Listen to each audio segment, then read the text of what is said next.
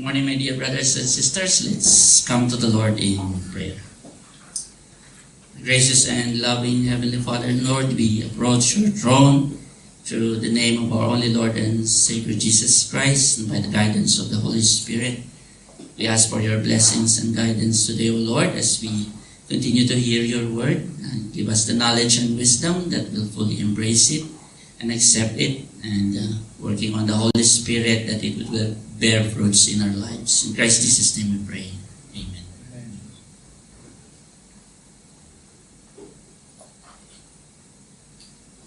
Joy, J-O-Y, my dear brothers and sisters. When I was starting in Sunday school, there is a lovely song, J-O-Y. Joy, my dear brothers and sisters, is a deep, abiding emotion of great happiness, contentment, delight. In the secular view, often stemming from success, maybe good fortune, or inner peace. Joy is described as a deeper form of happiness, somehow long-lasting, as compared to a simple and happy emotion in the spur of a moment. In a secular or worldly view, joy, as similar to other emotions, is dependent on situation, in circumstances, on how you face life's trials and overcome them, your difficulties, probably dependent on how pleasurable your life for you is. Other people may say joy or happiness is being married, while other people may say happiness is being single. But moreover, other people will say happiness is impossible. So joy or happiness, we may say, is very subjective for each person in the worldly view. In 2007, I was assigned to the business trip in Taiwan. And when I received a good news from my wife that she has given birth to our boy, it was a great and deep feeling of joy for me. And my boss even asked me to extend a few more days to finish the job. But I said, boss, I need to go home. I need to meet my son. It was indeed a joyful feeling between me and my family, and we praise the Lord for it. Similarly, happy events, gatherings, receiving good news, witnessing a wedding, a baby shower, maybe a baptism, a brother committed himself to the Lord, excellent health, good business results, fellowship, a good bonus, or your farm may get good yields, are happy and joyful events in our lives. We are delighted with these things. But the question is, what about if these things never happened in your life? What if our circumstances do not favor our plans and our delight? Our desires are not met, our expectations were not fulfilled. Do we still exhibit joy? Do we still have a deeper and long-lasting type of happiness? What about if we run out of provisions for the needs of our family? What if many people persecute you because of your faith? What about plague has swept the land? And what about a terminal illness has fallen upon you? Do we pity ourselves and see maybe we are in the worst possible position, that even a pinch of joy was not entitled for us? Maybe some of us are in unfavorable condition and no feelings of joy and gladness whatsoever. Do we praise and rejoice in the Lord for the good things in life, but blame Him on the bad things? Do we see the material things and pleasurable circumstances of this world as the basis and the foundation of our joy and happiness. A lot of people say Christians are the saddest people in the world. They are not allowed to enjoy the pleasures of this world, always grieving for unrighteousness, always grieving for sin, always in distress against the ungodly. My dear brothers and sisters, God willing, we will look into these aspects of the word of joy, the fleeting temporary offerings and superficial joy of this world against a spiritual and divinely ordained perpetual joy. Our text for today will come from the book of Philippians chapter 4 verse 4. My dear brothers and sisters, rejoice in the Lord always. Again, I will say, rejoice. Let your gentleness be known to all men. The Lord is at hand.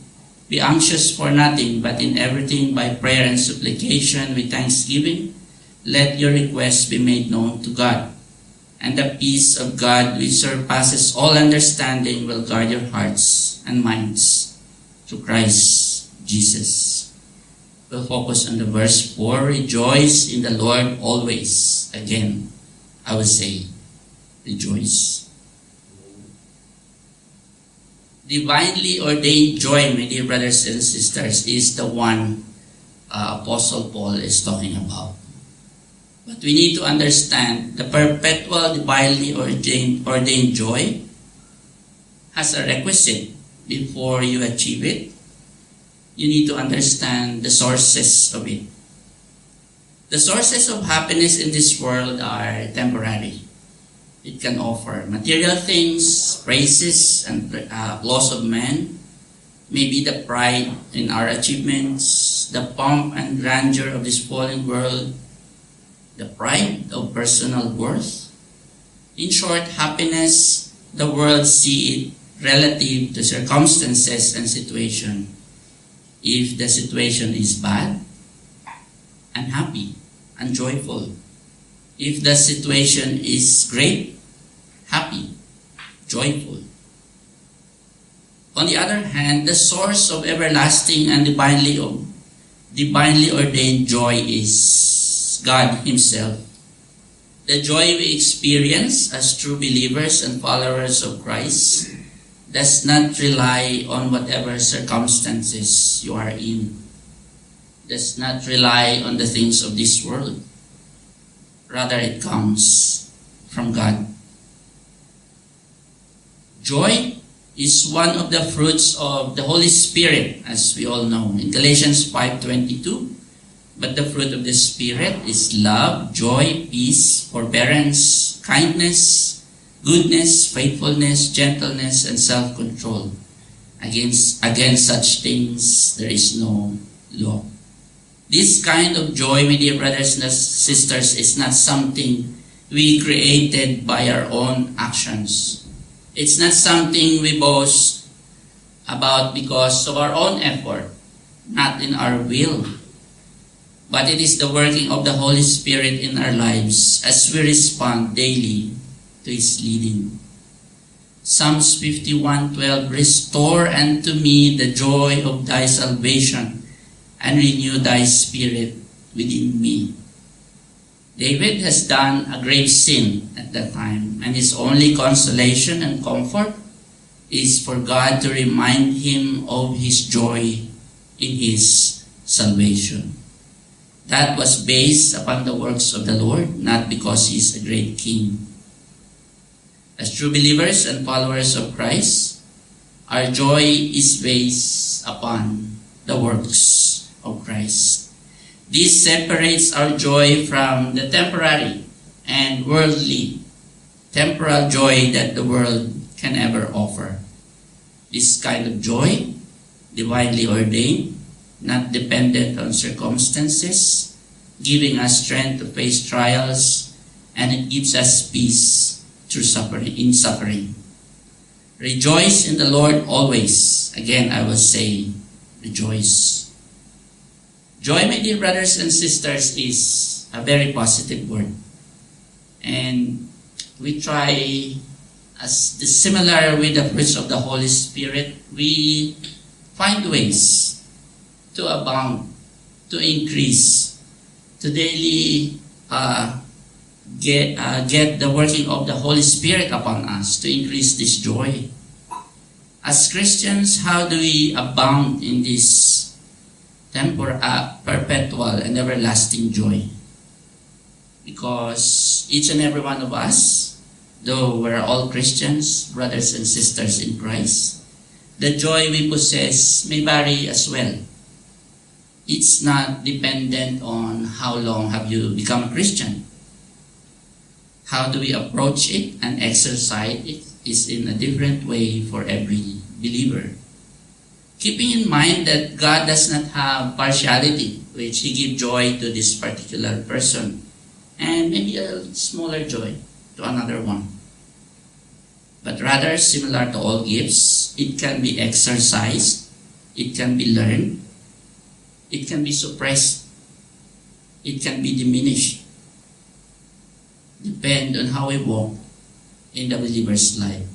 Not from God's granting of the joy, but how we experience it and exercise in our life.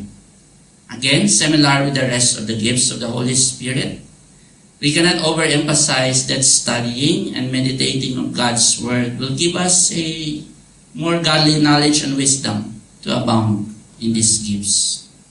Rejoice in the Lord always is a command, not a request.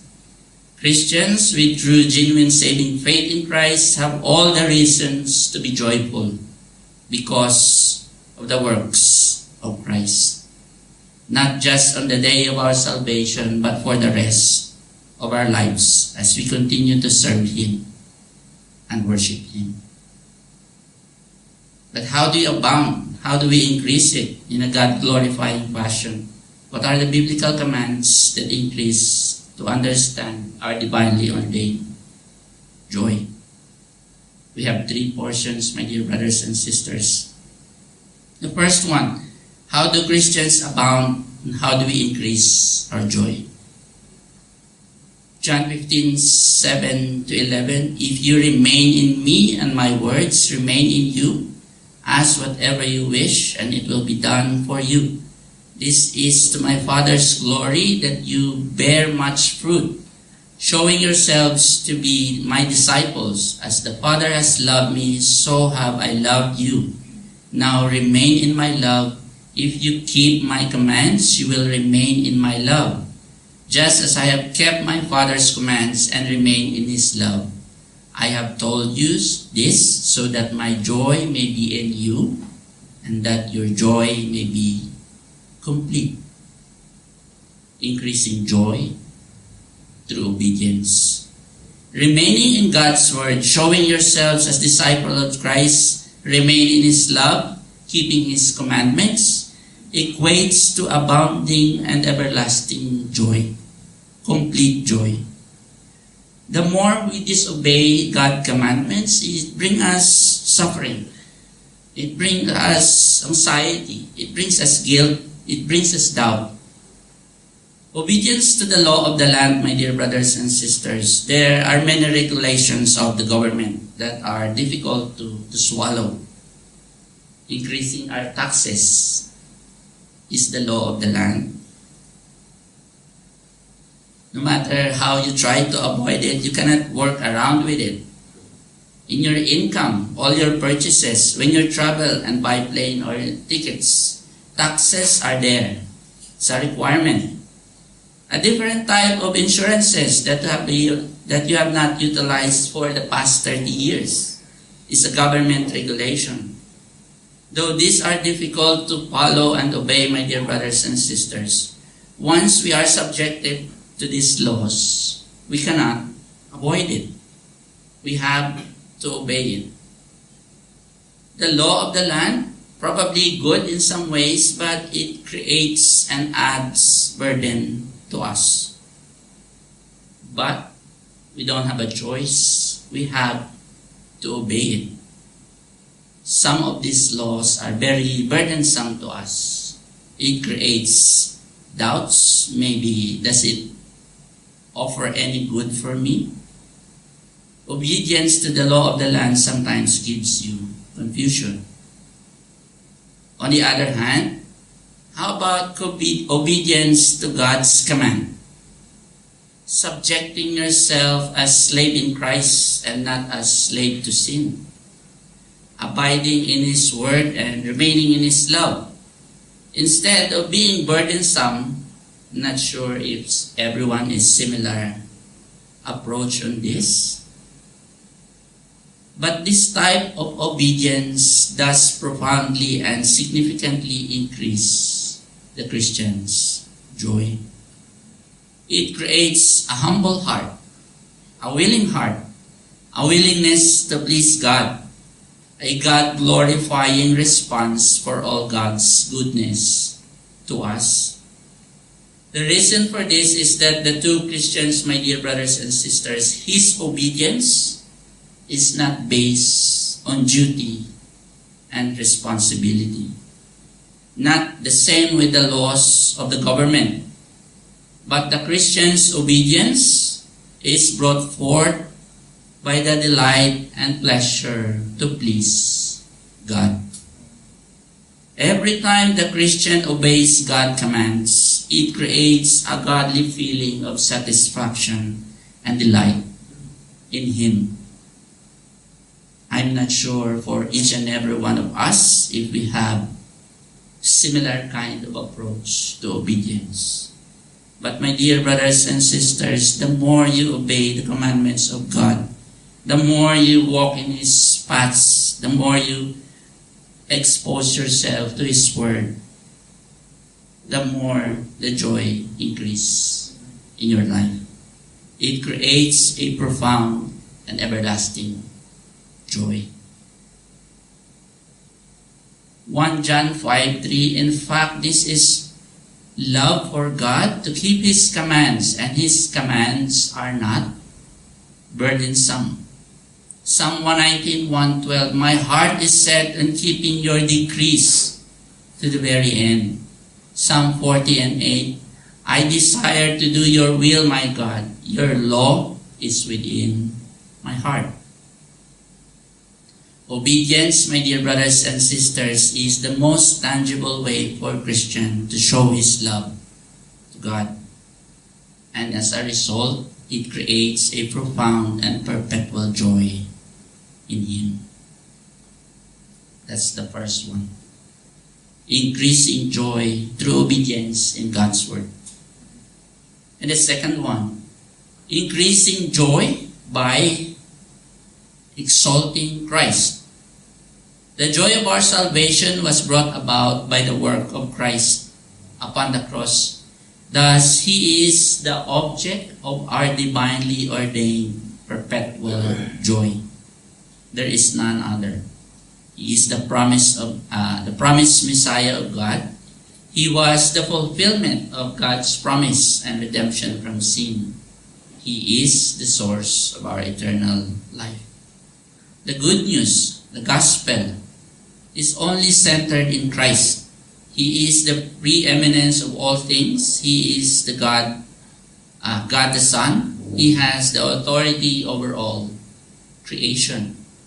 In our Bible study, we study about Colossians 1:15-20. The Son is the image of the invisible God, the firstborn over all creations. For in Him all things were created, things heaven and on earth, visible and invisible, whether thrones or powers or rulers or authorities. All things have been created through Him and for Him. He is before all things, and in Him all things hold together. And He is the head of the body, the church. And He is the beginning and the firstborn from among the dead, so that in everything He might have the supremacy. For God was pleased to have all His fullness dwell in Him, and through Him to reconcile to Himself all things, whether things on earth or things in heaven, by making peace through His blood shed on the cross. Some of us, maybe we have a celebrity that we look up to, or some athletes that we try to imitate. Some of us, maybe there are good preachers that we want to follow. My dear brothers and sisters, the supremacy of Christ is the only one that deserves exalting. No one else. No one else at this level that deserves our praise, our worship, and glorify Him in His name. Christ deserves our praise and exaltation, our deep reverence. We glorify His name. Yes, in our personal growth and maturity in our Christian lives. How about exalting Christ by sharing His gospel? How about sharing Christ to other people as a form of the great type of praise and worship to Him? The best way to express it is by significantly contributing and serving anything that advances the gospel of Christ. Every time we have the opportunity to help in any form, to advance and share the gospel, we delight and take joy in it. Maybe some of us feel burdensome to it. But as you grow in maturity, my dear brothers and sisters, sharing the gospel is the form of the greatest love to show to other people. Why? Because God has loved us first even while we were still sinners. We experience this joy first and foremost, and we are willing to share it and to other people. It is the most important expression of our love to others as we respond to God's command to glorify Christ. We always pray for the opportunity to share the gospel. Maybe we request the guidance of the Holy Spirit to lead us in these godly duties. We don't need to do the mighty task, the giants in the faith, like they deliver good sermons and have big stadiums upon it. In the smallest and God-glorifying way, we can glorify Christ as we continue to share His good news. Giving out tracts, praying for other people, sharing the good news, sharing some wonderful verses to other people. In this simple way, my dear brothers and sisters, we increase our joy. We delight upon it. Some of us maybe have different talents, like taking good care of children in Sunday school, have patience to teach them in God's Word. Some of us are good in cooking. Some of us can translate to different languages and help other people understand the gospel. Some of us how to play musical instruments and play gospel songs to other people. Some are blessed financially that have the capacity to give and support to advance the gospel in the ministry of the church.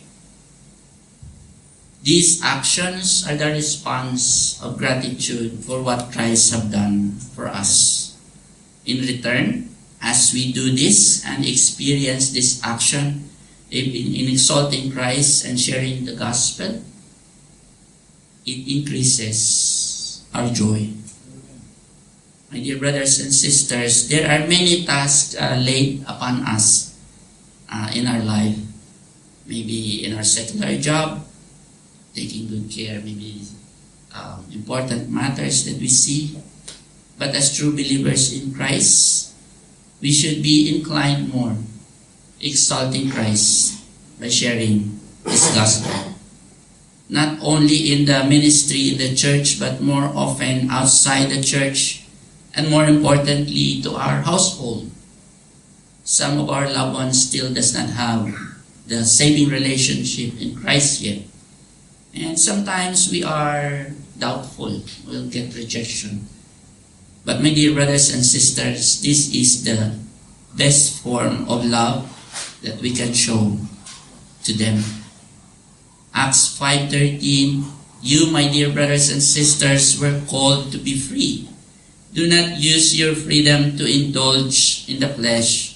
Rather, serve one another humbly in love. For the entire law is fulfilled in keeping this one command: love your neighbor as yourself. 1 Peter 4:10, as each has received a gift, use it to serve one another as good stewards of God's varied grace. Colossians 3:23, in everything I did, I showed you that by this kind of hard work we must help the weak, remembering the words the Lord Jesus himself said, it is more blessed to give than to receive. My dear brothers and sisters, that's the second part. The more we exalt Christ by sharing the gospel unto other people and helping them in any form at all that supports the advancement of the gospel of Christ, will give us a perpetual and everlasting joy. And then the third one, increasing our joy in steadfast contentment in Christ. This comes through our personal side. Contentment. Contentment is a state of peaceful happiness and satisfaction with one's life, circumstances, and possession. Often described as quiet, steady, and joyful feeling. It involves accepting the present moment, appreciating what you have, and feeling a sense of ease and calmness. This definition is the worldly view, the secular view of contentment. Without contentment, there is no joy. Now, if your contentment is dependent in your circumstances, possession, it is very temporal. It will diminish, and bad things will come. You will lose everything. But the Bible defines contentment, my dear brothers and sisters, in 2 Corinthians 12:9-10. But he said to me, my grace is sufficient for you. My power is made perfect in weakness. Therefore, I will boast all the more gladly of my weakness, so that the power of Christ may rest upon me. For the sake of Christ, then I am content with weakness, insults, hardships, persecutions, and calamities. For when I am weak, then I am strong. Apostle Paul, my dear brothers and sisters, has undergone a lot of hardships for the sake of Christ. Insults, persecutions, calamities. Yes, the circumstances does not take away his joy, as they are contented not on the things but on Christ. Even in prison, Paul and Silas are praying, praising, singing hymns to God.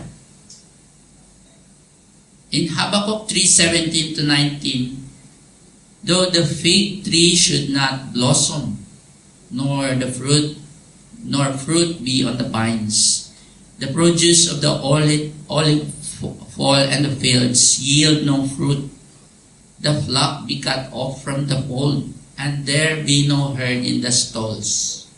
Yet I will rejoice in the Lord. I will take joy in the God of my salvation. God, the Lord is my strength. He makes my feet like the deer's. He makes me tread on high places. The prophet Habakkuk, my dear brothers and sisters, was complaining to God at that time because God has planned to let the Babylonians rain terror upon the Israelites in war, in famine, and even in death. And God responded to Habakkuk, and eventually he trusts God. And he responds, yet I will rejoice in the Lord. I will take joy in the God of my salvation. God, the Lord, is my strength. Contentment, indeed, my dear brothers and sisters, is a very difficult thing to acquire because it has many requirements. It is a combination of different gifts of the Holy Spirit. You need to have an experience of hope. You need to have an experience of peace, of love, of assurance, of joy, of redemption, a strong reliance on the promise of God for the future things to come. Your faith, thinking will be inside. There is a promise of resurrection to incorruptible and heavenly body, glorification, and eternal life. My dear brothers and sisters, contentment is based on this godly understanding. You will not find any contentment if you don't have peace. You will not find any contentment if you do not rest your future upon the promises of God. All of this comes only from the eternal provisions of Christ.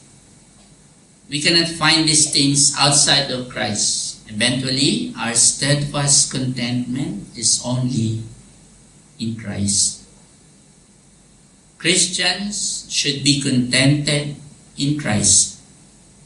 Do not need to look for other worldly experiences, temporary things. Yes, we are prone to wander somewhere else.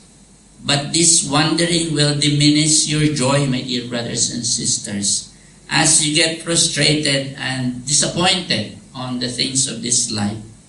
As a result, you will lose your joy. You will lose your contentment. You will lose your sight of your faith. Look unto Christ, for He is the object of our contentment. Especially now, a lot of things are getting worse. There are wars going on in the Middle East. A lot of Christians are being persecuted. Fuel prices are at the all-time high. As a result, everything becomes more expensive and difficult to move around and to go on our daily needs. These things will easily rob your joy. But as Christians, as we put Christ as the object of our contentment, we will never lose our joy because He does not change. His promises are always fulfilled. His assurance are always secured. He loved us even before while we were still sinners. And He will continue to do His good works, and He will bring it to completion. My dear brothers and sisters, find contentment only in Christ. As we realize these fruits of the Holy Spirit, eventually your joy will increase. You have no time to worry. You don't have time to doubt. Put your faith in Christ fully. And those were the three aspects, my dear brothers and sisters, and I will just raise a few questions for us today. As true believers in Christ, does your joy rest only upon Him? Is He the object of your joy? Is He preeminent in your life? Do we find joy in obeying God's command? Or do we find it burdensome to us? Do we increase our joy every time we share the gospel and express our love to other people? Do we find joy in sharing to other people the good news about Christ? Do we find contentment only in Christ? I urge you, my dear brothers and sisters, in your quiet time and meditation, to revisit your sources of joy. Put yourself in a situation when, in the twinkling of the eye, if not Christ, all sources of joy will be gone. How do you see yourself? Will you continue to praise God? Or you become bitter and blame Him on your circumstances? If good things happen to you, then you are joyful. Yes, we do sin, and the normal response to difficulty is to sorrow and grieve. But we should not linger on it for too long and pity ourselves. Rather, we look upon Christ, for there is great and precious promises in Him that help us overcome the difficulties in life. On the other hand, if there is someone here today that does not have saving relationship in Christ, be aware, my dear brother, my friends, that your worldly joy diminish quickly and will get you a false assurance. Proverbs 14:12 and 13, there is a way that appears to be right, but in the end it leads to death. Even in laughter the heart may ache, and rejoicing may end in grief. I may say it respectfully, friends, if you don't have the saving relationship in Christ, you don't have the reason to rejoice. Your joy, yes, may rest upon the things of this world, but it will fade soon. Your joy, you see, may be genuine for a moment on the good things, but it will fade soon. Bad things, once befall upon you, it will rob your joy. This joy, my friend, will never transcend beyond grave. Once we die, this joy dies with us. Come into saving faith, my dear friends in Christ, if you are still lingering on the joyless offering of this world, so you too can have an eternal and perpetual joy in Christ. As we end this, my dear brothers and sisters, Psalms 51:10, create in me a clean heart, O God, and renew a right spirit within me. Cast me not away from your presence, and take not your Holy Spirit from me. Restore unto me the joy of your salvation, and uphold me with a willing spirit. Let's come to the Lord in prayer. Our gracious and loving Heavenly Father, Lord, we praise you and we thank you for this wonderful message that you have bestowed upon us, knowing, O Lord, that our joy only rests upon Christ, knowing that as true believers in Christ, we don't need to look upon the things of this world to be our objects of joy. Rather, we look upon Christ as our only source of perpetual and divinely ordained joy.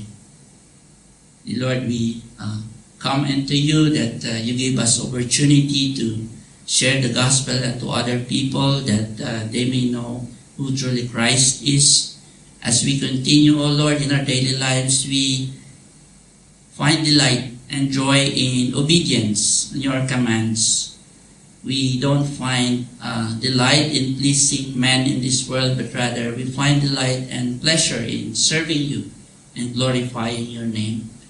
May we always be steadfast and strong in our contentment in Christ, that the trials and difficulties of life may not impact us, and that it will not bother us as we look only into Christ.